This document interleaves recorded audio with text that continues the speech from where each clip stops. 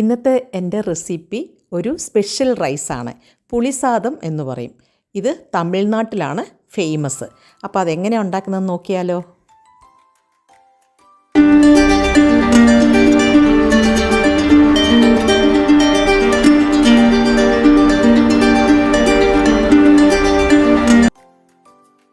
നമുക്ക് പുളിസാദം ഉണ്ടാക്കാൻ ആദ്യം തന്നെ മസാല ഉണ്ടാക്കണം.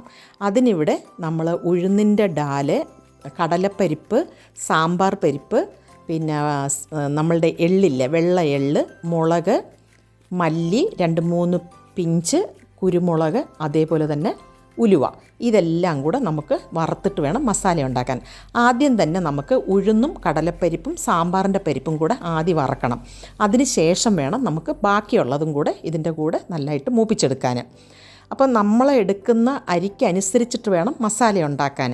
കൂടിപ്പോയി കഴിഞ്ഞാൽ ആ ചോറ് കുഴഞ്ഞു പോകും. അതിനനുസരിച്ചിട്ട് വേണം മസാല അതിനകത്ത് മിക്സ് ചെയ്യാൻ വേണ്ടിയിട്ട്. അപ്പോൾ ഇതെല്ലാം കൂടെ നമ്മൾ ഒന്ന് ചൂടാക്കി എന്ന് പറഞ്ഞാൽ കുറച്ചൊന്ന് മൂപ്പിച്ച് എടുത്തു.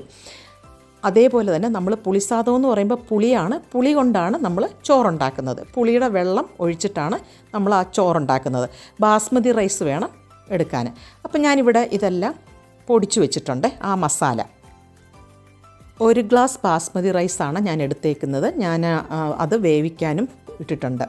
അപ്പോൾ അതിന് ശേഷം നമ്മളൊരു പാൻ എടുത്തിട്ട് ആവശ്യത്തിന് നെയ്യിട്ട് കൊടുക്കുക. ഞാനിവിടെ 1 ടേബിൾ സ്പൂൺ നെയ്യിട്ട് കൊടുത്തിട്ടുണ്ട്. എന്നിട്ട് ഒരു 1/2 ടീസ്പൂൺ കടുക്, കരിയാപ്പല, 1 പച്ചമുളക്, എരിക്കനുസരിച്ച്. നമുക്ക് ഒത്തിരി എരി വേണ്ടല്ലോ, ചോറിനൊക്കെ കുറച്ച് എരി മതി. വറ്റൽമുളക് ഇട്ടിട്ടുണ്ടല്ലോ. എന്നിട്ട് അതിൻ്റെ കൂടെ നമ്മൾ കടുക് വറക്കുന്നതിൻ്റെ കൂട്ടത്തിൽ തന്നെ ഇതില്ലേ കപ്പലണ്ടിയും പൊട്ടുകടലയും കൂടി ഇട്ട് കൊടുക്കണം.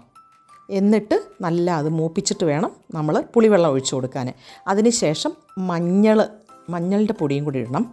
എന്നിട്ട് നമ്മൾ ഈ പൊടിച്ചു വെച്ച മസാലയില്ലേ, ആ പൊടിച്ചു വെച്ച മസാല കംപ്ലീറ്റ് ഞാൻ ഇട്ടിട്ടില്ല. ഞാൻ 1 ഗ്ലാസ് അരിയാണ് എടുത്തേക്കുന്നത്. അതിനനുസരിച്ചുള്ള മസാല വേണം നമുക്ക് മിക്സ് ചെയ്യാൻ.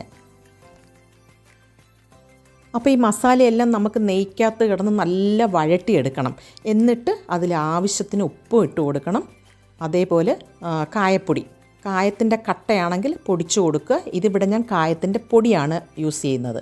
എന്നിട്ട് അത് നല്ല വഴണ്ട് വരുമ്പോൾ നമ്മൾ ചോറാണെന്നുണ്ടെങ്കിൽ ഞാൻ ഫിൽറ്റർ ചെയ്താണ് എടുത്തേക്കുന്നത്. നിങ്ങൾക്ക് വേണമെന്നുണ്ടെങ്കിൽ ബാസ്മതി പറ്റിച്ചെടുക്കാം. ഞാനിവിടെ ഫിൽറ്റർ ചെയ്ത് എടുത്തിട്ടുണ്ട്.